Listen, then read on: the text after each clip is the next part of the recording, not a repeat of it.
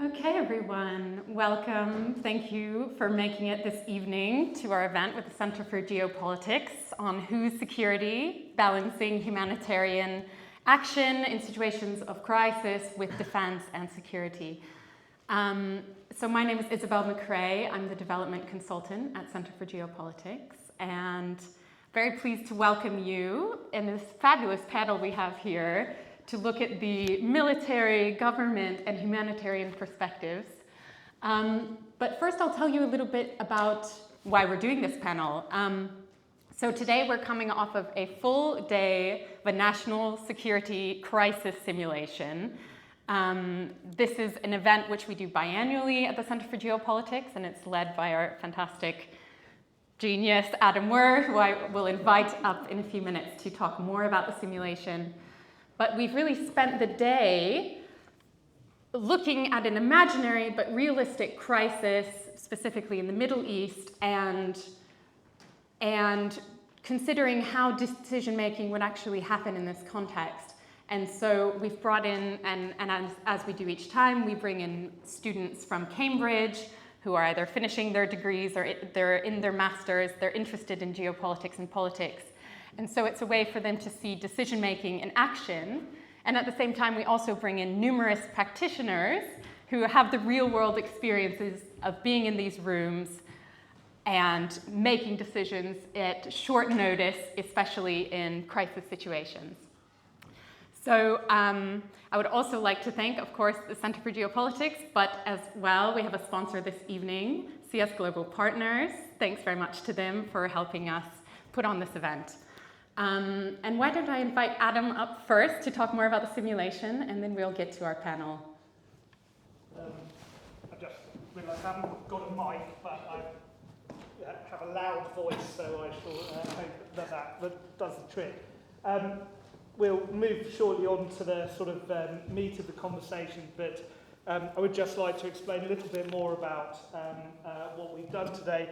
And for those of you who really want much more detail, on the website you will find details not just of the simulation methodology that we've developed, but also a record of the last 10 years of simulation, for that is how long we've been doing it, and the way that we've evolved doing practical simulations as a way of teaching and developing expertise amongst the student population, but also facilitating conversations amongst practitioners and using the fantastic surroundings of this university to explore some really difficult topical issues with government ministers, generals, ambassadors, and the like. So today in particular, we wanted to examine and test a number of sort of broad themes. On, if you like, the purely geopolitical, we wanted to think about the near future of the Middle East. I don't need to spell out, you all in this audience know of the various crises that in the headlines, but underlying that are some fundamental issues around the sort of tenability of the current order in the Middle East, and large-scale international crises, by their nature, tend to happen. They might not be unexpected in concept, but when they occur, they often develop a momentum of their own, and nobody can do very much about it. And before you know it, you are in a war or in a major humanitarian situation. So we wanted to see what the sort of overall sort of strength of the existing order in the Middle East was, and I think probably that will feature in some of the discussion. And then within that, in scripting the scenario, which we make to be as true to life as we possibly can, we had the sort of elements that are going to challenge policymakers, and in this case, critically, it was the intersection of a sort of humanitarian impulse and policy, the need to do something about a very significant developing refugee crisis that risked repeating, and then some what we saw in 2015, with the security aspects that would nestle within that as regimes fall or countries go to war, and to use that to ask us as practitioners in the UK, people who work for HMG, and people perhaps who are aspiring to take on jobs in the sector, what that would really mean for what we should do. And then I'd say the last point is we use these simulations with a really broad mix. I think probably John was the oldest. He started in the Foreign Office in 1980, has been an ambassador in quite a lot of countries, through to students who are just this week completing their degrees. So we're stretching back over decades and decades and decades, and that fits very much with the mission for the centre, which is drawing on history as a guide and as a resource for which to inform ourselves about good policy making for the future. I'll just situate you in the scenario so you know what we were talking about when the panelists referred to it. What we posited was that the regime in Iran, following the death of the supreme leader, and that led to a gradual and then sudden falling apart of the security apparatus, growing humanitarian crisis, leading to the movement of large numbers, hundreds of thousands of displaced people into northeast Iran on the border with Turkey.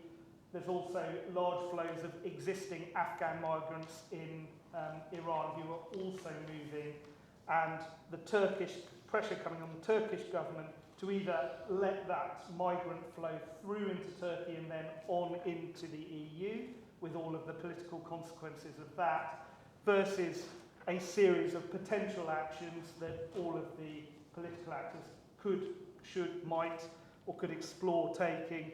And that was really where we centred our deliberations. We have former legal counsel from the Foreign Office advising us, so matters of international law were woven in. We had representatives from the British Red Cross who were talking about practicalities, diplomats, senior military. So between us, we wrestled with it. I don't think I'd be surprising anybody if we came to the conclusion that it was all very complicated.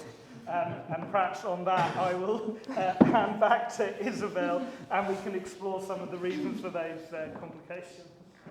Thank you, Adam. Absolutely. Well, let me first introduce our panel.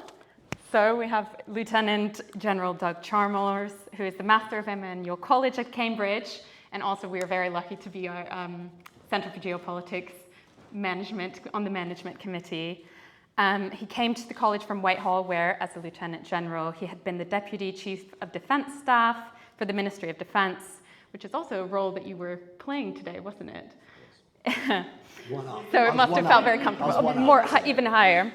Yeah. And prior to this, he served in the British Army for 37 years. So welcome.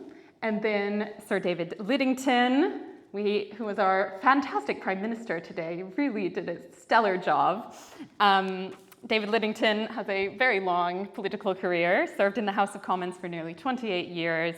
In government, he was successfully Minister for Europe at the Foreign Office, Leader of the House of Commons, Justice Secretary, and Minister for the Cabinet Office. He also was a member of the UK's National Security Council, and now David is now chair of RUSI, the Royal United Services Institute. And then, of course, we have Claire Clement, who is the Director of International Law and Policy at the British Red Cross, where she provides advice and training in international humanitarian law. She served at the Red Cross for the past 15 years, establishing her career at the Australian Red Cross. She's a former humanitarian advisor to the Australian Permanent Mission to the UN. Before joining the Red Cross, she worked for the Australian Department of Defence in the UK and Australia. So we have our table now. And I would like to start with a question to you, Doug, and we'll do this as a discussion, and then we'll take some questions from the audience at the end. And of course, we'll have refreshments afterwards, so do stick around. So for you, you talked a lot about today in the simulation of this tension between strategy and tactical decisions, and how that what came and influenced the work that you did with the military. And can you talk more about that and perhaps give us any examples that are relevant? I think I'll try to, the examples I'll give hopefully apply to this question that's in front of us, that humanitarian conundrum, if I may. So if I go for the simple ones, which would be disaster relief, which I've been involved in a number of, or indeed where we are a neutral actor, such as we were in the Balkans for the siege of Sarajevo, where I was involved in both of those as well. I was involved in that as well. On one level, at the first flush on a piece of paper, that we are neutral in both, and then we should go in as an actor, be able to do our job and leave, and we are neutral in that. And that is a tactical thing. So I would suggest that when we went into the Balkans to enable the humanitarian convoys to get through, that was a tactical action. But the strategy of where that tactical action would get to was not necessarily thought through. And being part of, the blue-helmeted, white-painted vehicles stuck in the middle of a civil war, it became quite complicated as you're sort of sitting in the middle of that. But that's one meaning of it. But the next meaning of it beneath as well is, on both of those occasions, I found that you might think you're neutral, but you're arriving in a local context that you don't really understand. And even if it's simple things like getting aid into a far-flung Pacific island, unless you necessarily understand it, we arrive with our C-17s and very, very complicated runway control staffs. We take over the runway, we enable the aid to flow for a couple of days, we do a great job, we leave. We disrupt a lot of what the local supply networks might be. And I can see, looking on the other side, we come in with our flash high-tech stuff, we take it over, we dominate, but we haven't been neutral. We've actually caused a lot of tension. And often, unless we think about how we're going to take over the runway, train people up and hand over the runway, we can actually cause more sort of damage in between. So a tactical action, which is not well understood, may not help the long-term strategy. Thank you. Yeah. That question of neutrality was something I spoke with you, Claire, about earlier today, because you were talking about the Red Cross being a neutral entity, but of course there are tensions implicit in humanitarian aid, as we all know. And can you speak about that from your perspective? Yeah, I absolutely can. So I think we aim to be neutral. Neutrality for us as humanitarians is an operational principle. It's not dogmatic. It's something that's designed specifically so that we can have access to communities, basically. It's this notion that if we are seen not to take sides, and if we don't take part in any of the politics that's going on, somehow we'll be able to sustain that access to communities over the long term. But this is a very difficult thing to do in practice, and especially when you have shifting governments, shifting authorities, you have non-state armed groups with various motivations. It's very difficult to manage those perceptions of us being a neutral actor over time. So even for humanitarians, and I would say probably especially for humanitarians at the moment on the front line of so many difficult conflicts right now in particular, neutrality has become, I was just out in Myanmar last week, and someone said to me from the Myanmar Red Cross, because they've had a lot of perception issues around their neutrality in terms of where they're able to operate. And so one of them said to me very clearly, she was like, there's no space for neutral action in Myanmar right now. And I was very struck by that. So neutrality is something we need to manage, but it's also something that the enabling environment needs to support. So when I say enabling environment, that's the authorities that we work with, whether that's in country or whether, UK and other governments behind us as well. As has already been mentioned, those tactical actions can be really helpful in places like disaster response, where you have quite straightforward activities going on. Where it's less straightforward, then there is a place for those sorts of actions, but it's just that we have to carefully manage that. And that requires us not to retreat from each other, but actually to cooperate more with each other behind the scenes, carefully. So neutrality really, instead of retreating from that coordination space, requires us to really think about it carefully together. Yes, thank you. David, do you have any thoughts on neutrality from the political perspective? This might be a loaded one. I think less on the neutrality issue. I think that political leaders respect the fact that aid agencies are able to go to places that governments cannot do, and can have conversations with people with which governments have bad relations, or with which it's quite difficult for governments to deal with anyway.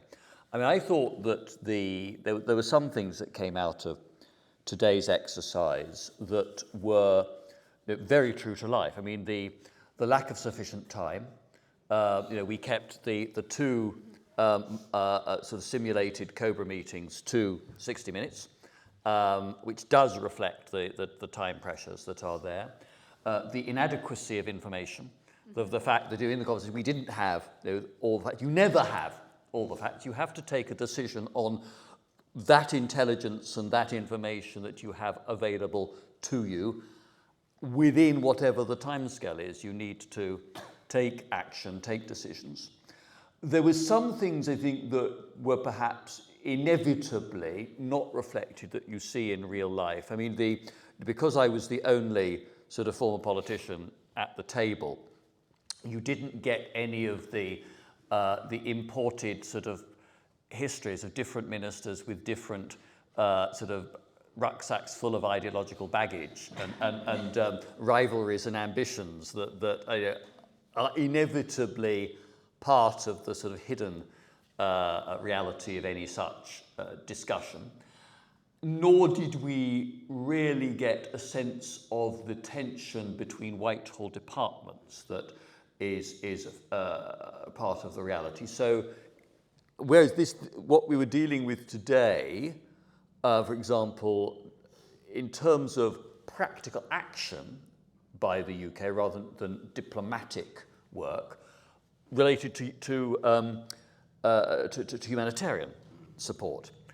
And with a humanitarian operation, from time to time, I remember occasions when the DFID, it then was FCDO now, would be asking for help from the Ministry of Defence, because so we look, for example, at the effort against Ebola, that it was very much a military-led operation on the ground in Sierra Leone to provide for the field hospitals to be set up and so on. Now, in Whitehall, what usually happens in such circumstances is the Defence Secretary says, deep budgetary pressures, Prime Minister, we're very willing to help, but we can't really justify this in terms of national security. But of course, if the Foreign Office or the Development Ministry will, via money from their budget to pay for this, then at the going rate for our troops, then we will happily do this. And there were,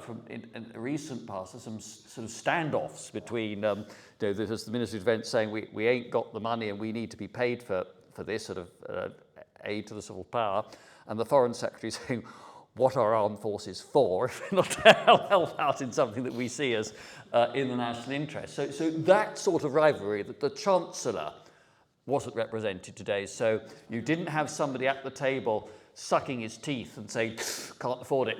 And so there's elements that are missing there. What did come through very powerfully, I thought, partly because of the particular scenario, which was complicated and involved a number of different players, but also I think increasingly reflects the reality of the world in which any British government of any political stripe is going to need to operate, is that there are real limits to what the United Kingdom can actually do on its own, and that you need to work through allies and multilateral institutions, and you need to think through whom you want to lobby and talk to, perhaps in order to influence somebody else or to get the required majority in an international institution. So in the scenario today, obviously questions about the Americans. It's a big player, but what is American policy? Does talking to the National Security Advisor in Washington or talking to the State Department or the Pentagon necessarily tell you what the President is going to decide tomorrow? And what if the different US agencies have different views? We would look to like-minded allies amongst the European democracies. But if we're dealing with this hypothesis of a crisis on the Iranian-Turkish border, what about Saudi Arabia and the GCC? Where is China in terms of its P5 role in New York? What about Iran's other neighbours, Pakistan and so on? So the nature of a multipolar world, I think we very much did see at the table today. Definitely. I think one other thing, which I'd love to hear from you all about, that came up as we were looking at this multipolarity and the both geopolitical state-to-state relations, but then also these state to non-state actors, states to military groups, and we have this blurring now, of course, that we're all aware of increasing diffusion of the importance of the state as the main unit that you're relating to when you're trying to handle a crisis. And now we're looking at other shapes and forms of non-state actors, what have you. So I would love to hear your thoughts on that and what you've experienced in your own, professional lives of how you deal with that tension, because things are changing. They are changing, but they haven't changed. I think in many ways, we're more conscious of things that haven't been around before, that have been around, but we just haven't been conscious of. And I'll try to explain that a bit. Firstly, I think states still really matter because citizens belong to states, and therefore citizens' rights are connected to states. And that's very difficult to change quickly, and actually be quite dangerous, I think, if we were to change that difficulty, for the vast majority of the planet. But where I think we have got better at it is we used to have this terrible phrase in some of the places I've been where we would just describe that area as ungoverned space, which was never true. It was always governed, it just wasn't governed by the people we had sided with. And that led you to that bit of tension in between the two, and therefore the understanding of what the citizens' expectations were depending on which group, and therefore understanding with the local dynamic, which goes back to tactics and strategy. So, I mean, in complete candid nature, I did 4 tours in Afghanistan, and the first tour in Afghanistan, I thought it was us helping the government against the Taliban. I had a particularly difficult first tour where you could have a gunfight pretty much any day you wanted. But the people that were being labelled as Taliban actually weren't ideologically Taliban. They just weren't the ones who were aligned with the government on the other side of it. And it takes time to understand that, and therefore working out what is the strategy to reach your long-term aim becomes more difficult, and what is the governance rights and types of elements required to do that. But also highlights something which, in this room and in a place like Cambridge is hard to reconcile. And I remember, there's a bit of a long story, but I was in Cambodia a long time ago on a UN mission after the Paris Agreement to help the elections in Cambodia that went on. And there was a ICRC, Danish woman, hard-bitten, experienced woman, and she would travel through the Khmer Rouge area, down through our area and back, and I saw her quite regularly. Phenomenal woman. And she was entertained slightly in what I was trying to do with vaccination programs and other things that are going in there.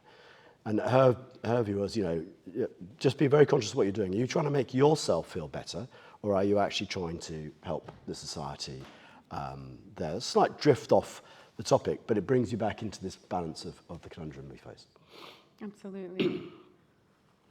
Yeah, I definitely agree with the states are still very important. So while being aware of that mosaic of actors more than ever, as I think we have to be, but there's ways that governments who support humanitarian action can explore and understand that mosaic that doesn't involve their direct engagement in it. Sometimes they can use other actors to do that as well. I think states are important because ultimately humanitarian action depends on state consent. So there's a limited amount of room in the international law space for activities to take place under the guise of humanitarian action that don't require state consent. And we explored some of that today in terms of the scenario as well. So UN Security Council resolutions and so forth. But most of it is in states' purview, and the majority of the humanitarian actors will work with states. That being said, in practice, on the ground, to reach communities, we obviously have to talk to everybody. So practically, yes, you're going to be working with the authorities, but the challenge here for humanitarian actors on the ground is to maintain those excellent relations while also be somehow making space for ourselves to talk to all the different groups who we have to, negotiate with to get through all those various, 60 different checkpoints, perhaps sometimes on the way to the affected community. That is extremely difficult, obviously, to do in practice and not always possible. So again, understanding the motivations of these different groups is very important for us, and having authorities who understand the need for us to do that is also extremely important as well, and not to draw conclusions about humanitarian action based on simply who we're talking to. The space for that is very confused, I have to say, from my experience by counterterrorism legislation. So we've been around the houses on this for many years now. In my experience, we've sort of come to a better understanding, I think, with a number of governments, and I've been on the government side of that as well. So in terms of our ability as humanitarian actors to be able to just negotiate and to discuss and have some engagement with groups who are also designated under national laws. So it's important for us to be able to maintain that without obviously becoming instrumentalised ourselves by those sorts of actors. Completely. It's a very challenging situation. Doug, you look like you wanted to I just respond wanted to Claire there. it wasn't to respond, it was just to add something else. Yes. Because the essence of what the question is about the importance of states. There is a risk, and I think it's not so much for neutral and independent organisations to move across all boundaries, but there is for us sort of well-meaning sort of states trying to come in. And I can think of a number of countries that there's been an area in a country that's been under particular problem or issue, and we have decided to support or provide aid to that sector of the country, but not always through the government of that country. And there is real risk when we do that, because the government doesn't, this is a shock to us all, but doesn't necessarily care for all of its citizens equally in some countries. And if we want to look after that group of its citizens, they're very happy to let us look after it. That is tactics, because it's not going to help the longer term structure of that community in that country. Absolutely. I think that tension came up a little bit in the simulation today, especially. We looked a lot at the implications for Turkey's relationship with the Kurds, also working with the Kurds in the SDF. There was a sort of hypothetical incident where we were looking at one of the refugee camps in northern Syria, and I think ultimately we ended up deferring to states having to work things out amongst themselves, but that those considerations are very important and they mean a lot. And even if the UK doesn't have that troubled relationship with certain actors, the other country counterparts might be working with may, and it's very complex. David, do you have any thoughts on think to this? some extent, I suppose what we're observing is a return to some of the older patterns of governance, etc. It's probably only about 200-300 years that we've got used to the idea of there being a world composed of states with clearly delineated frontiers that rule every part of their territory. You actually look back, and you can tell when I was here as an undergraduate, I was doing medieval and early modern history. But you're looking at you look at the previous periods, and a lot of the world, right into the 20th century, and you will see that there have always been in the past areas that might notionally come under the jurisdiction of a particular state or a particular ruler or empire, but where in practical terms, the writ ran very occasionally. What we are now seeing is the growth of a number of, significant and dangerous non-state actors, although we should not overlook the fact that some of those have very close relationships to state government. Is the Wagner Group really a non-state actor? When I was doing the DPM, Cabinet Office Minister job, I used to get every week a report from the agencies and the police about major cyber security breaches. And they were coming from hostile states, Russia, China, North Korea, Iran, but they were coming from criminals, and sometimes from organizations where the people advising me said, well, they are criminal, but they have a close relationship with one or other of the hostile states. So it's deniable on the part of the government concerned, but actually their fingers are pretty deeply involved in the pie there. But I thought the important point you made was that it is very hard for us to act within the sovereign territory of another country, even against a non-state actor, without that country's government, even if it's an incredibly weak government, consenting to it. So if I was sitting in number 10 and I decided I wanted, for whatever good reasons, to send British nationals, troops or others, into the Central African Republic, let's say at random, or Sudan, and I did not have the permission of the government of that country, the legally recognized government, then I would be putting those British nationals in greater danger. Because not only would they have all the practical threats on the ground, but they would have the risk that they were acting in a way that was contrary to the law as established in that country and international law, and therefore potentially run into trouble even in our own courts and in international courts as well. So one has, even when it's sometimes frustrating, one has to, I think, in most circumstances, respect even if it's a notional sovereignty of a legally recognised state. There may be an occasion for any government where you say the national interest is so urgent and overwhelming that we have to intervene, but you would be very foolish as a political leader to do that unless you had thought very hard about the risks that were involved and had understood the risks that you were taking, not yourself, but the part of the people that you were sending in. And just to say on that, the risk would be also beyond British nationals to potentially all British nationals, international delegates, anyone who's on the ground trying to operate as part of that response. I mean, to be honest, what we're talking about here is sort of classic humanitarian intervention, perhaps, if it's on a humanitarian basis. And humanitarians really would run a mile from being involved in it and would be sort of immediately trying to distance themselves. So, yeah, very problematic, really. Would you say the test might be another Rwanda genocide case? Yeah. So where you might have a government that was complicit in atrocities, and we did not intervene. We Europeans did not intervene last time.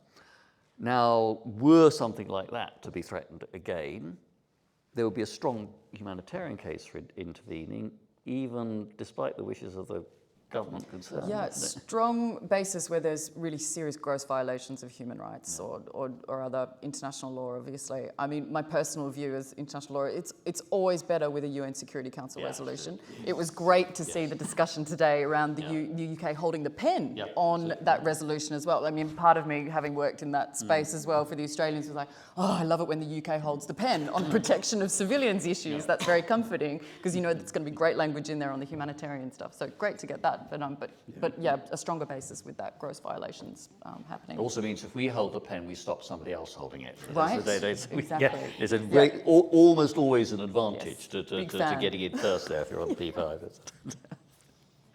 So not to take it in too dark of a direction, but I think there was enough discussion today around what happens when there isn't a good decision to be made, when there aren't great options, when someone at that Cobra table has to say, this isn't going to work, we can't move forward with this. So can you all talk on that a bit if you're up for it? Yeah, I think it's a tricky one, this. And I talked with your colleague a little bit earlier on today. We were talking about Mosul earlier on. And Mosul was a good example, because it's quite interesting. When you're in the military, you're either on the humanitarian neutral side, and I've done a number of missions that have been, as I say, technically independent neutral, and then I've been on a bunch that obviously have been on one side of a conflict or another.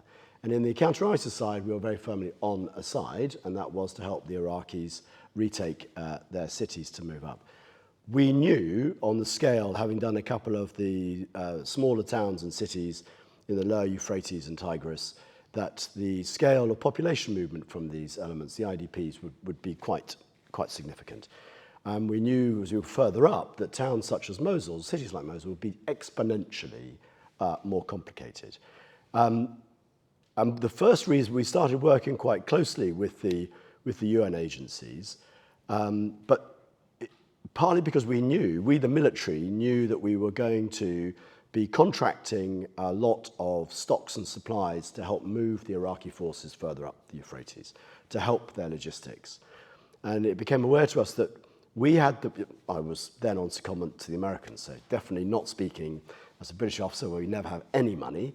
So on this case, I knew that my wallet was probably going to be bigger than the UN agencies were. So we tried to work out how we would deconflict and make sure that we would help each other. And I am getting to the point of your element to it, but that then also led to this understanding of humanitarian space, which is what you spoke about sort of earlier on. What the UN agencies want to know is they want to know what our scheme of manoeuvre was, and what the Iraqis wanted to know, so they can then predict. And what the Iraqis wanted to know was how the UN agencies were going to be filtering the people that were coming into it. And this, we did as best we could to get through it, because we were both outsiders effectively into an internal conflict was going to it. We hadn't taken total control of it. But what ended up, as we got towards it, and we were chatting about it before, is when the people were pulled out of taken out of Mosul, they're put into clearing camps where they could sort of check those through. And the quality and the conditions of some of those were not what they would like to be done. Could we have prevented it? I think we might have mitigated it a bit. I don't think we could have prevented it. And this is where sometimes there just isn't a good choice. Mosul remaining under ISIS or Mosul not remaining under ISIS is the binary question. And therefore, once you've made that decision, you then end up with a whole series of compromises that are frankly horrible. And that's sometimes the case that can be done. But on this one, which allowed us to have a fairly civil conversation earlier on, there was at least an attempt to try and share as much as possible to explain what was going on. But you can't sometimes end it. So sometimes there is no good decision, but don't think it ends with the decision. I'm afraid it's the aftermath of what follows that will resonate for quite some time.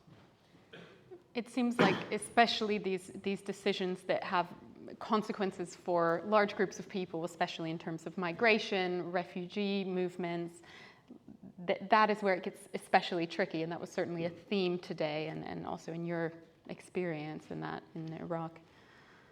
I think the difficulty for political leaders is that, particularly in today's media environment, expectations of what a British government should be doing can run way ahead of what practically is attainable. People see horrors on their TV screens at supper time. It's not something you had 30, 50 or 100 years ago. And even going back to the 1990s, Western sort of intervention in Bosnia-Herzegovina in the end was triggered by a Serbian rocket attack on the marketplace in Sarajevo, which prompted both European and US leaders to say we cannot just stand by and let this continue. The fact that there'd been shelling, mortar attacks going on for weeks beforehand, that was the fact. This attack was horrific, barbarous, and it was on primetime TV. And that made a difference.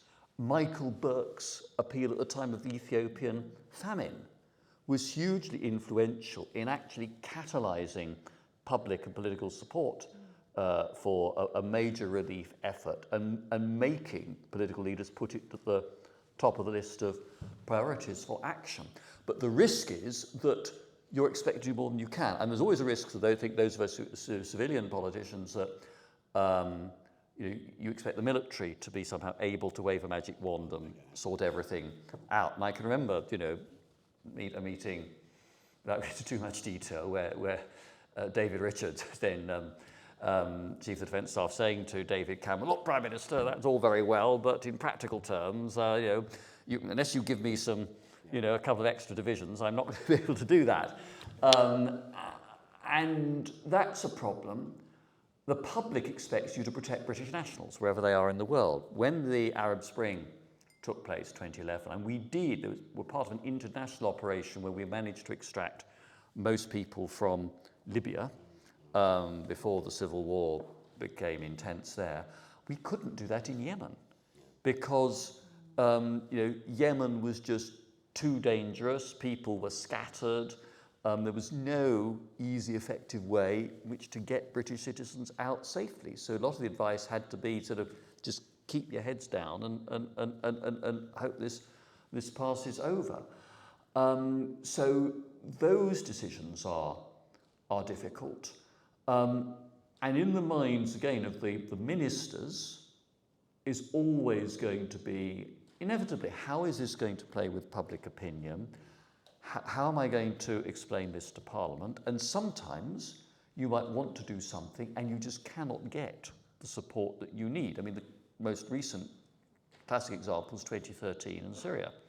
where you will recall after the chemical weapons attacks on Syrian civilians, the House of Commons voted down a resolution to authorise air attacks on Assad regime military infrastructure. Now, no one knows what would have happened, had that vote gone otherwise. But certainly, I think the failure of the West to respond to what President Obama had said would be a red line, the use of chemical weapons, encouraged both Assad and Putin, intervening in support of Assad, to go a lot further than they might have done otherwise. Yeah, that's a very critical one, the popular opinion and the political will and what you can actually get done in a certain situation. Maybe just to add to that, we're not immune to this either in our sector, so there's a lot of pressure currently and for the last few years at least around expectations on the sector to be able to immediately to deliver life-saving assistance wherever it's required, no matter the political obstacles to that, and very little understanding actually when we're not able to do something, or the pictures flying around and people don't understand what the complexity of it is, I suppose. We often find that when there aren't able to be political solutions to situations, particularly around migration and displacement flows and things like that, the humanitarian support can be, not always, can be used as a bit of a band-aid because it's the only solution in a way. It's then becomes very easy, I suppose, in a way to fund partners to be able to deliver if you know that they're already doing that. And then the risk is sort of transferred down the chain to the humanitarian actors who are then having all the pressure on them to be able to deliver the result. And that can be extremely challenging for us. It's often a conversation that we have in lots of contexts at the moment with the UK government about our ability to deliver impact on the ground where we have serious political obstacles to both access, the ability to protect our staff. I think Gaza is a case in point of this at the moment as well. So, plenty of support out there for humanitarian actors in general, but a really challenging operating environment, which is putting it mildly and diplomatically. Serious access issues for us and a real absence of political solutions to that. So then the humanitarian response becomes the sort of placebo while we all wait desperately for the diplomacy to have some kind of impact. So yeah, again, it sort of gets transferred a bit down the chain to the humanitarians. Did you want to respond to that, Doug? Yeah. I mean, that's such a case in point that we're seeing right now that the political, it's so challenging, and having the humanitarian response is inevitably limited by that, despite all the pressure that's being put on it. Thinking about political will for a second, one of the things which came up today certainly was this, looming elections, really, not only in the UK, which is coming very soon, but in the US as well. And I wanted to hear your thoughts on politicization of disaster response, of crisis response. How is that something that you've dealt with, and what are your prospects for the future in dealing with it?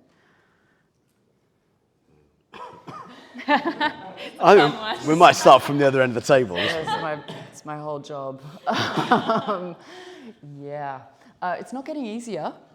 So, but it comes in waves. I mean, I remember,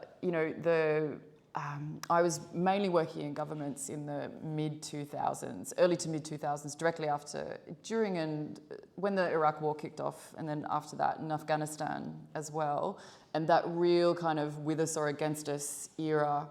And at the same time, I was in and out, actually I was talking about this with my colleagues today, I was in and out of Afghanistan trying to, in a way, in my role, entice the humanitarian community to work with us on quick impact projects, or QIPs as we call them, and you probably all remember those. So, And it was sort of this era of almost naive civil-military coordination where we thought in that very complex environment with all those perceptions going on by the local communities that if we just joined hands and worked together that we would sort of solve the hearts and minds issue.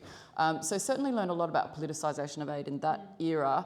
Then I think it got a little bit better, and then now I think we've really gone into this very extreme polarisation era. I don't really have any solutions to this except that our strategy is really just to endlessly communicate who we are, what we do. Part of my role is to go out and work with other national Red Cross and Red Crescent societies to strengthen their ability to build a really good evidence base on what they deliver, what their principles are, how they abide by those in their daily contacts, because otherwise it's very easy for people to just look at one picture of something that looks like it's gone horribly wrong, or it may even be correct and it's just misinterpreted. You know, we may have someone wearing the Red Cross emblem and they're standing with someone who looks like a non-state armed group actor, and maybe they're even shaking hands or sharing something between them, and then it just kicks off a giant global debate around why is the Red Cross, like working with this, like they're clearly, there's been some aid diversion or something. So I think for us, the way that I try to deal with it is by endlessly having that strong evidence base about who we actually are, and promoting ourselves at every opportunity, which is difficult for an organisation like the Red Cross, which is traditionally quite silent on who we are. You don't often think about us until there's a crisis, right? We don't really promote ourselves in peacetime. It's not really our vibe, I would say. But at the moment, it's becoming more our vibe because we've realised that we can't rely on people to understand who we are all the time like we used to. So, yeah, I'll stop there. That's fascinating. Yeah. So I think I'd slightly challenge the idea that there's polarization is the only thing we see. I think what we have seen is deadlock in the UN system. Yes. Basically the Security Council has almost entirely broken down because there will be a veto by a permanent member on almost anything that is supported by another permanent member.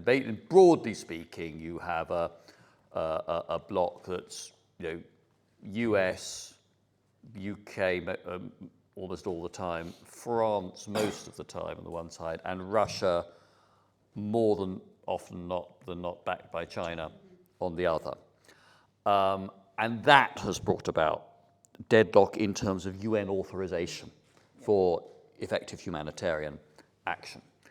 I think when it comes to looking at the global scene, I don't share the views of those who say that the world is dividing up into different blocks. It's the West bloc and the Chinese, Russian bloc. I think what we're seeing is genuine multipolarity growing. I think that you're seeing more and more countries that basically decide they don't want to be part of any bloc, and they are going to pick and choose friendships and alliances issue by issue depending on where they see their interests as lying. So I was talking to a senior Saudi about the Chinese brokered deal with Iran to lessen tensions in the Gulf and basically allow Saudi to disengage from Yemen. And this person said to me, well, the Crown Prince wanted, to have some moves, get off the hook in Yemen. There was no point in talking to Washington because it's Iran that's behind the Houthis, and the United States has no influence whatsoever in Tehran. The Chinese do; they're Iran's most important trading partner. So we talked to the Chinese, and by the way, the Chinese are getting a considerable cargo of Saudi oil on very favourable terms as a thank you sweetener for them. So we're seeing that. I think India, again, is trying to, it's being forced by its strategic tension with China into a closer alliance with the United States, but it doesn't want to see itself as part of a Western bloc, but as a big country that has legitimate interests of its own. I think you look at Turkey, Saudi, UAE, Brazil, Mexico, Chile, Indonesia, more and more countries are just asserting the legitimacy of their own interests and following those. Absolutely, yeah. No, I'd reinforce that. I think the Security Council, and particularly the Security Council decisions and the review of the mandates for Department of Peacekeeping operations stuff has just got worse and worse over time, and we've seen that happen. That's locked, but that for the reasons that have been described. The regional bit, that it is becoming more multiple polarity for the reasons that have just been described there, and that hasn't settled yet. And at the local level, which I think is probably the most interesting level, actually, because, and I don't, so what I'm going to say is just completely just off the top of my head, but from when I started my military career to now, the difference has been social media and the internet. So a local story can now appear out in a way it would take weeks to do before. And participants on the ground will see issues according to their own interests and agendas. And therefore, for when we are actively on one side, that's manageable because we're helping the story of one or the other. But if we are neutral and it matters all the time to you, one side's not going to be happy. And therefore there is a constant wanting to paint the group that might be helping someone else. So that's all complicated. I think we all agree that's pretty complicated. It gets even more complicated because when we were, I had a little diagram, we were doing counter-ISIS stuff, and we'd work out, right, we remove ISIS, all these groups will work together to help remove ISIS. The day after we've removed ISIS, what's their interest? And it suddenly changes again. And then who's neutral and not, then sort of it becomes more dynamic in that bit. And so it's that combination, I think, the local bit and the global ability to be a journalist at high speed out there. I think that's complicating it. And it means that being generally regarded as being neutral is getting harder and harder. And sadly, some of the generative AI deepfake stuff is only going to make that harder. Definitely, that's a really good point, Doug. And it came up today as well as our Prime Minister was saying, okay, what is our media strategy? What is our comm strategy? Because if we don't have something to tell the British people almost immediately, people are going to be on their social media, they're going to be watching as events unfold, and they will be developing their opinions about that also instantaneously in some cases. And so how is that an extra element that we now have to consider, whether it's military, humanitarian, or political decisions that need to be taken? Okay, fascinating. Well, let's open up to some questions now from the audience. If anyone has anything, please keep it short. Feel free to state your affiliation if you wish. Shamshir is going to pass around a microphone here in the front.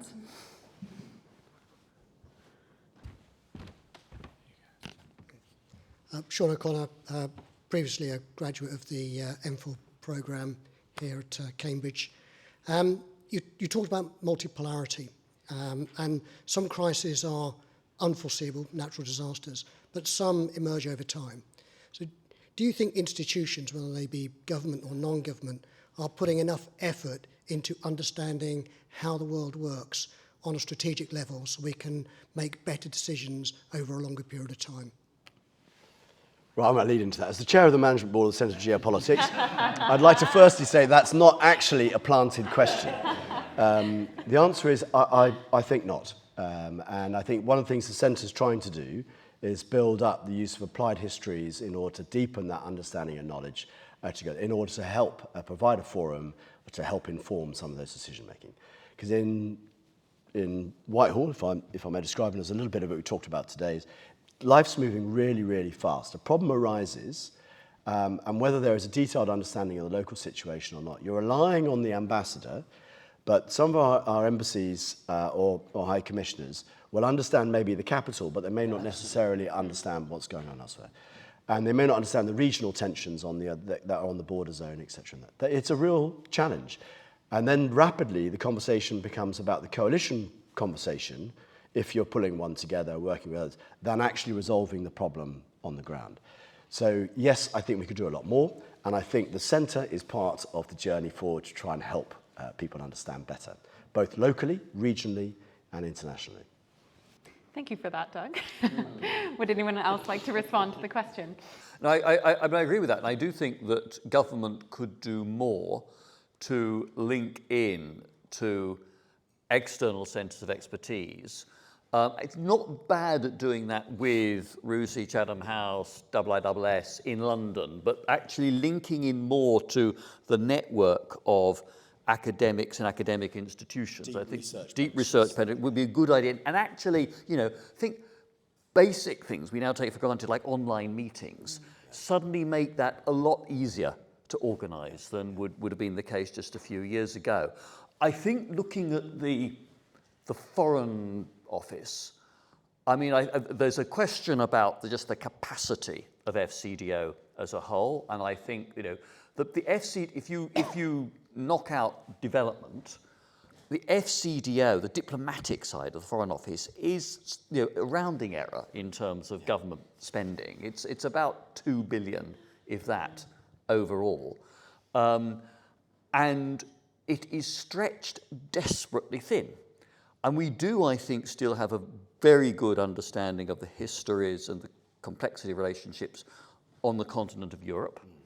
But, as Doug said, other parts of the world, we just don't have sufficient people there. There are plenty of embassies and high commissions where you have 2 UK-based staff and perhaps half a dozen locally engaged staff who are nationals of that country. Some places, actually, your sort of the ex-DFID people, the development staff, will have significant knowledge, but the merger has not taken place properly yet. In some places there will be intelligence agency knowledge, but not everywhere, and they are stretched thinly as well. I think also that there's been a shift too far in the Foreign Office away from specialisation. I think when Tony Blair and Robin Cook came in 97, there was a sense that the Foreign Office had become too much the province of particular tribes. It's the so-called Camel Corps, who were the lifelong experts on the Middle East and the Arab world. There was the Sovietologists, there was the Sinologists, and so on. And there was a feeling that we need to break up these fiefdoms, and also people will be better, more rounded diplomats if they have a range of experience in different parts of the world and in functional arms of the Foreign Office as well. I think that we've probably gone too far in moving away from expertise in particular parts of the world and in particular languages. Therefore, so we're still good by international standards at expecting our ambassadors in particular to learn the language of the country to which they are posted. I remember talking to an ambassador in Prague who told me very proudly that she was a member of the Czech-speaking ambassadors club in Prague, and there were only 6 ambassadors to Prague from around the world who would speak Czech, of which ours was one. And I think that's a strength of FCDO still. But I think it needs to be given a higher priority by whoever is in government, whatever party. And I think because the multipolar world, the diplomacy becomes more complex and more important. And I do think we need a greater focus on specialisation than has been the case in the past. But I think you do. You also see that fraying at the university level, though, that if there's not that demand in the job market for specialized foreign service officers, then if you're also lacking on the lower end of that, of people studying languages, of the area studies departments sort of threatening to shutter their doors, as we're seeing across the UK. And how do you rectify that? I'm not sure, but we also have an the challenge. If you've got somebody who graduates with a good working knowledge of, let us say, Chinese or Urdu or Arabic, there are plenty of private sector companies that will snap them up for significantly more than the Foreign Office is going to be able to pay. Yeah, completely. All right, do we have any other questions? Yes, here in the back. Yes, I work for an organisation called Relational Peacebuilding Initiatives. So we're interested primarily in prevention rather than the humanitarian assistance afterwards, because if you can anticipate where there's going to be disaster, you can probably achieve a great deal more with a great deal less resources being spent. So, and obviously a great deal less human suffering. So I've been involved in South Africa before the end of apartheid. I was then involved in Rwanda quite deeply and have long roots in Eastern Africa myself. I was then involved in Sudan. After that, I'm currently working on peace between North and South Korea. The list sort of has gone on.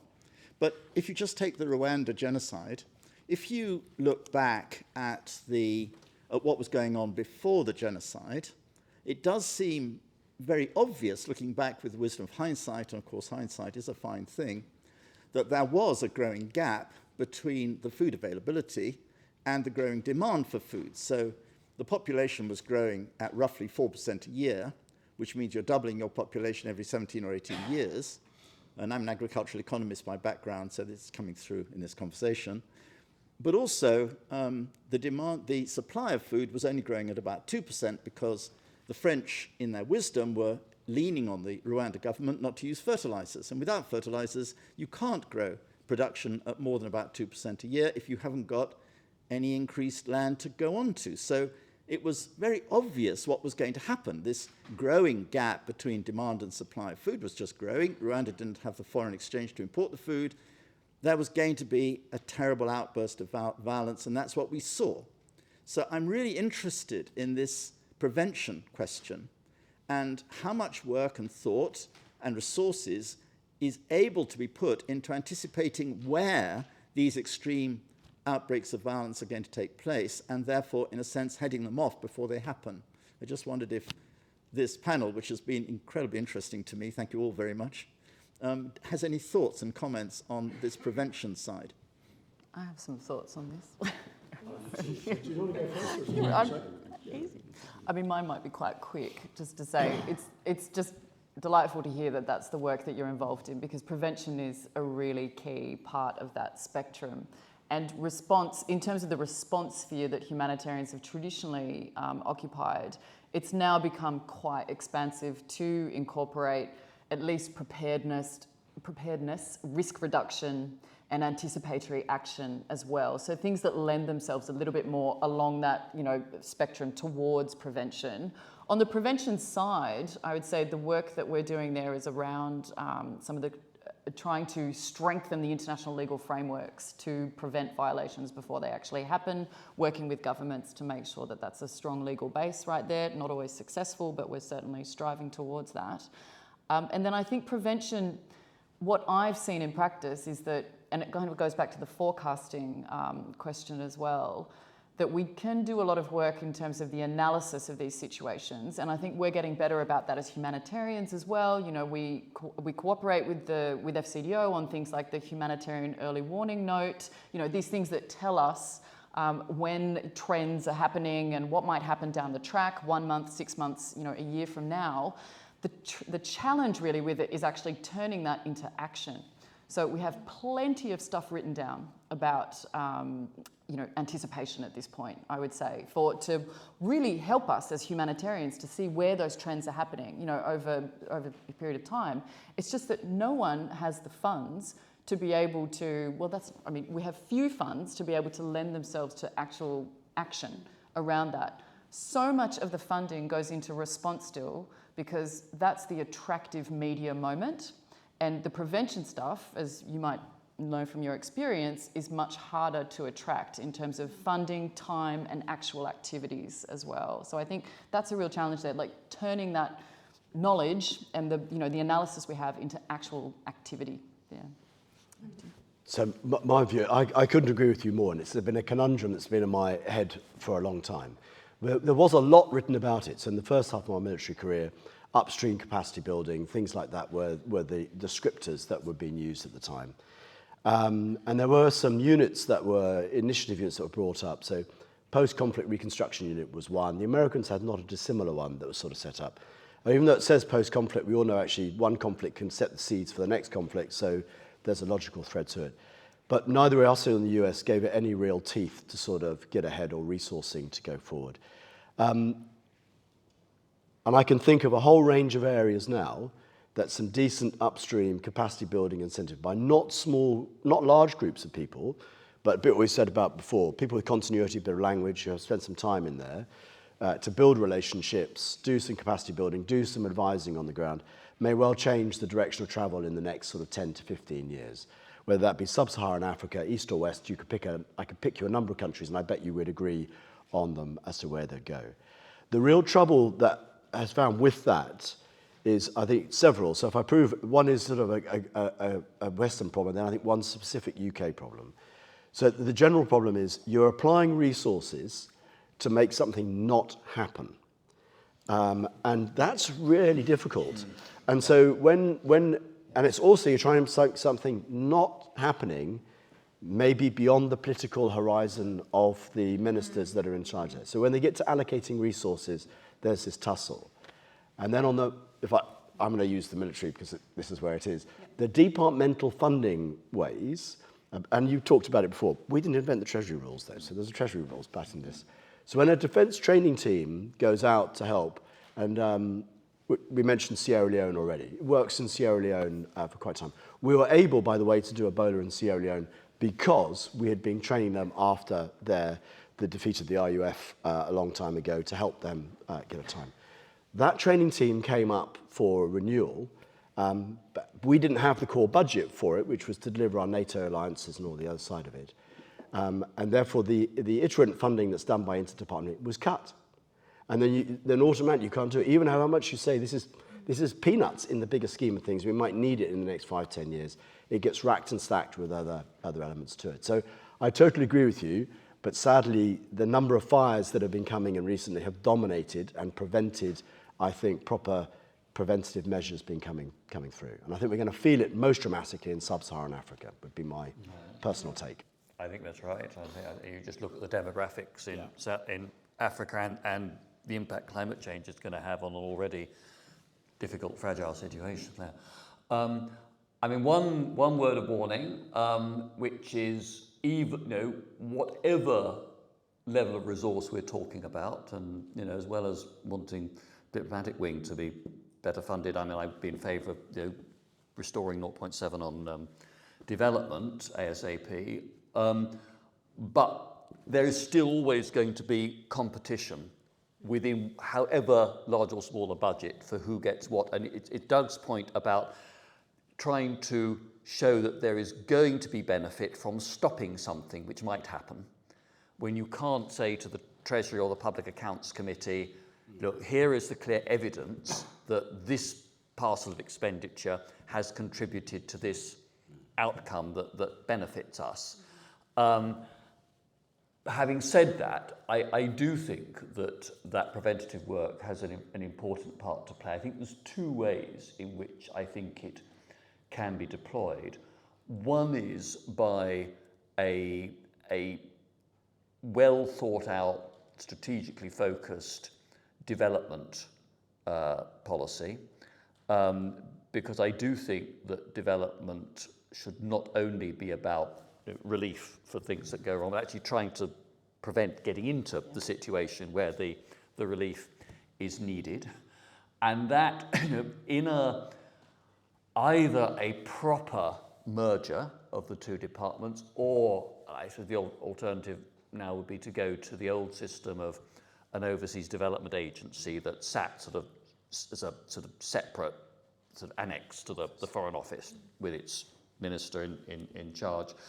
That actually having development policy in this respect informed by political judgment of the diplomatic wing seems to me would enable such money to be better spent.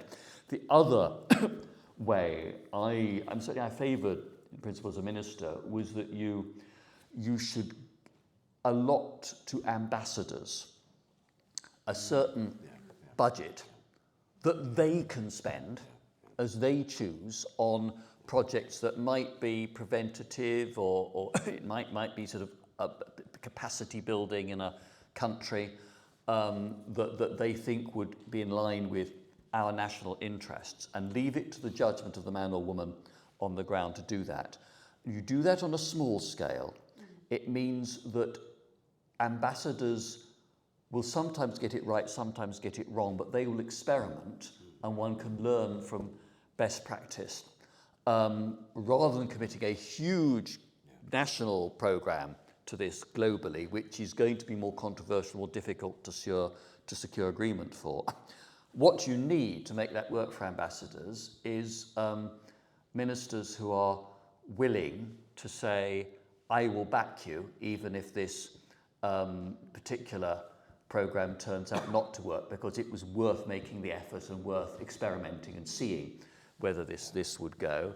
And I think part of the problem has been there's tight budgets, but it's also, I think, that ambassadors have felt that they will not necessarily get political cover if they take risks. And I think we need to, ultimately it's a political decision about the extent of risk-taking that you allow to officials on the spot. And that applies, frankly, in domestic as well as in international policy.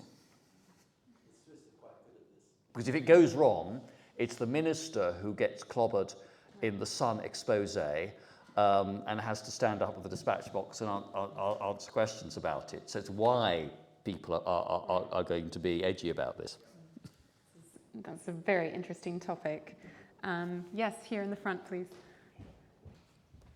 Hi, I'm Rosie Leroy. I'm doing my PhD at London School of Economics. I'm interested in, of course, certain parts of the world attract more funding and attention than others.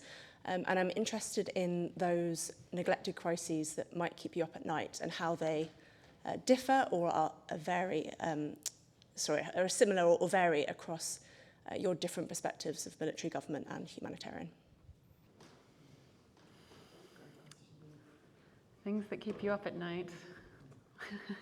Sudan, in my book, very neglected crisis right now. So yeah, definitely one that keeps me up at night. The entire Sahel region, we've sort of spoken about it before. It's just in Myanmar, that's not getting any better either, and has very complicated Western government support or not support for different parts of the aid apparatus out there, but they're in a very difficult conflict situation right now. And it's, of course, with these things, it's, the politics, if there is a headline, the politics will get the headline, but you've got millions of people really suffering in that situation, and we're not getting a lot of traction. Very underfunded budget for that. And then there's just long-standing protracted crises that once were, the most important things and now are very much not. So Yemen, Syria, the list goes on. Half the world's on fire at the moment. It's really quite a shocking space to be, in the humanitarian zone right now. So I guess we, as humanitarians have a real responsibility there to be, flying the flag for those places and to be ensuring that there's, coverage of that wherever it's possible, whether it's with governments, with public communications as well. But it's a very difficult space. The public only has so much bandwidth. We can't run endless DEC appeals all the time. Like, the public don't want that. Ukraine was a big moment. Everyone. Ukraine is still already running out of steam. It's going to become its own neglected crisis at some point. We raised more money than we've ever raised for anything with Ukraine, a really astonishing amount of funding. But by doing that, it meant that people weren't donating to other crises as well, and we're still suffering from that, from having so much attention to that space. And that's brilliant for what we're able to do in the Ukraine environment for quite a long time, but it's not so great for the other ones as well. So that's also a balance in terms of those spikes that come as well. Yeah. I think there will always be parts of the world that escape Western TV coverage. So we don't follow what goes on in the Fergana Valley. We haven't followed the various crises, humanitarian, political, in Kyrgyzstan. And there will never be sufficient political bandwidth or resource for the UK to try to be equally active everywhere. In terms of what keeps me up at night, what would I worry about? Pakistan, where you have endemic sort of political instability. I mean, so far it's held together, but one can never be complacent about that. And the risk also that we've seen in the past of nuclear technology being exported from Pakistan is real, to whether to non-state groups or to other states. And although we are well equipped diplomatically in both countries and understand both well, if, God forbid, there were another Indo-Pakistani clash, the impact in our own cities could be very swift and very serious indeed. Elsewhere in the world, I'd share the comments about the Sahel and about parts of Africa more broadly. We're talking about jihadi attacks, right down to Mozambique and Tanzania now. I still am anxious about the Western Balkans because they, EU offering the enlargement plan is an important and valuable step forward, but turning that into action is going to be a very difficult battle indeed. And those countries are still riven by ethnic and old religious tensions, which Russia is trying to aggravate. Several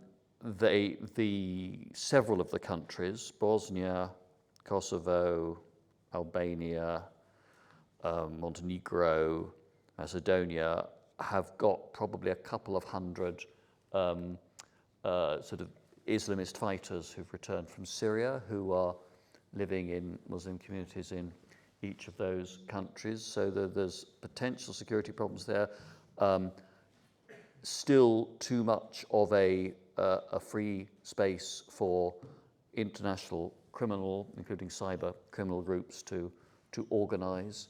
And so actually providing a stable political framework to the Western Balkans is something where, we ought to be playing our part, even outside the EU, and where I would still hope that the EU is able to show sort of greater strategic vision than it has for the last 10, 15 years. Not huge amount to add, actually. It's that I'd concur with all of that. And my list of countries would be not dissimilar to the ones just described there. But your answer about why they're forgotten, they might be forgotten by us. That doesn't necessarily mean they're forgotten by everybody. And there is a regional dynamic to some of these conflicts which are almost historic by it. And that's another thing, I think, trying to understand that, I think, before we're not involved in it, therefore no one's caring, is not necessarily the right answer. Their answer to the conflict may not be the way we would like to do it, but then if you look at, I look over my military career, I'd say, well, we didn't get it right. Our solutions weren't right in the same way. But there's another factor, I think, and it goes back into that post-conflict that we talked about before. Conflicts create war economies, and war economies are really hard to unroot afterwards when they take root, and it's just really hard. And we've just done the D-Day bit now. I cannot help but think what happened after D-Day and the Marshall Plan was the most phenomenal altruistic act on this planet before. We've never seen it before, and we've not seen it since. And with how we bring some of these conflicts to an end that are going on now, I don't know, because it's a bit like what you're saying in before. I see, like the Balkans is a classic example. The black market war economy never went away, in a way. Sorry for that depressing. Well, I appreciate that, Doug. As someone who works on conflict in the Caucasus, which is a region that not too many people think about, although it was, again, in the news this week. Yes, there's a lot to keep one up at night, that's for sure. Do we have any other questions? Yes, over here. Thank you. Melvin Long, I'm a medical doctor. I think you nearly touched on it, artificial intelligence. How would you articulate the benefits and risks of artificial intelligence in your decision making? Let's say if you had those tools in 5-10 years' time, the roles you were playing today. Well, I'll have a punt at this. Okay. I think it's. I'll have a go, because I saw it grow in parts of my career, where you end up with lots of data being collected, being fed into these things, and presenting options and choices to you, and patterning things up. And as everyone knows, these tools are good depending on the data that you're being fed into it. And as everyone also knows, but rapidly forgets, is data is manipulable. And if you're into conflict, people are going to be playing for this. So as it goes more and more, we're going to end up being constantly working, how do you confuse or deceive whatever algorithm is being used on. So how do you get the data feeds to be in the wrong place? So I think it's quite worrying, actually. Because also what you will see is some of the local areas we talked about, like go to the Sahel, the digital data that's being collected there is spotty at best. It's not a complete picture. If you compare it to somewhere like UK, for example, you're not going to get the same results from an algorithm tool. But people might be deceived in thinking that what comes out of that machine is telling you the whole story. And so as you go into the future, I think it's having the decision makers remembering that the tool is just a tool, and it needs to be balanced up with a decent, here I am singing the praise of anthropology and the social sciences, because I think they remain really, really important to counter some of these two together. That's my punt for now. Point one, we can't disinvent it. It's there. Point two, it'll have benefits and opportunities which will be immense, but it will also bring serious risks. So the ability to treat medical conditions, for example, is going to be enhanced enormously by this kind of information. And I suspect in terms actually of development aid and agricultural support, what crops are going to be to provide the best yields in these soil and climatic conditions, how much food, how many calories are going to be available this year for this number of people. We'll be able to have that information much more accurately and swiftly than is possible now. But the risks are there with deep fakes, the abolition of any sort of secure online passcodes or likes. One of the things I think that political and military planners are really going to need to get their minds around is the ethics of AI. If we have, as I think is probable, weapon systems and platforms developed which are capable of, in effect, making decisions on the basis of algorithms that assess the most attainable target, given a set of criteria, and deciding to, in particular circumstances, to fire on a target. Who is responsible for that? Who stands up in the House of Commons and takes responsibility there? Who is called before the Select Committee? Is it the military commander who presses the button, gives the authorization, or the minister who approves rules of engagement that include these weapons, or the designer of the algorithm? And we haven't really thought our way through this dilemma yet. Yeah, just to build on that very quickly. I mean, the rules of engagement one is a classic thing, and targeting systems, which is where it's moved probably fastest in that regard, are a really good case study, actually, because it will decide, because there's a rules of engagement.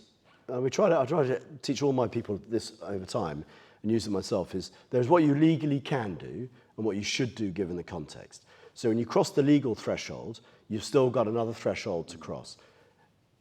AI doesn't deal with that. It doesn't deal with that subjective nature of it. Is that targetable? Is it legally defendable? Yes, good, fine, move it on. Meanwhile, you're then the curiosity senior officer as it's presented to you saying, but what's the collateral damage? What's the interest here? What's the moving through? Isn't this an area that's going to be important for this or Y and extra? It doesn't have that contextual stuff. That's going to be the issue, I think, going forward. But that's just on targeting. There's a whole raft of other stuff you mentioned before. Well, it also lends itself to the accountability question, because when you have targeting that goes wrong under AI, who are you actually holding accountable for that? So, presumably the AI will be at a point where a human being is really no longer in the chain of that decision at all. and we won't understand how that decision has been made at all. So actually, I think when drone warfare suddenly became a bit more of a thing, there was a series of cartoons, I can't remember, maybe it was the New York Times or something, had like the drone in the dock in the International Criminal Court, kind of like, who are you actually going to be trying for this violation? So, but it's a really serious question around command responsibility and those types of things. On the other hand, there is this idea perhaps that some of that becomes more precise than humans could ever have imagined it to be. So the targeting then is much more carefully calibrated in a way than, aside from some very modern militaries who can do this really well, there's a whole bunch of targeting decisions being taken every day by fighting forces who really don't have the capability to be, applying the proportionality rule or to be, taking precautions in attack. So maybe it's, again, maybe there's positives to it as well. So the last bit, I'm wrestling with this philosophically myself all the time. And it's not just for defence, but it's applicable to everywhere. AI will become more efficient in the round at most things. And medical diagnosis is going to be one of the first bits to do, but it's going to become more efficient it will still make errors though. And are we going to be happy as humans living in a system that's tidy, that's reduced by error, or do we still accept error and want to hold a human responsible for something? That's a big question.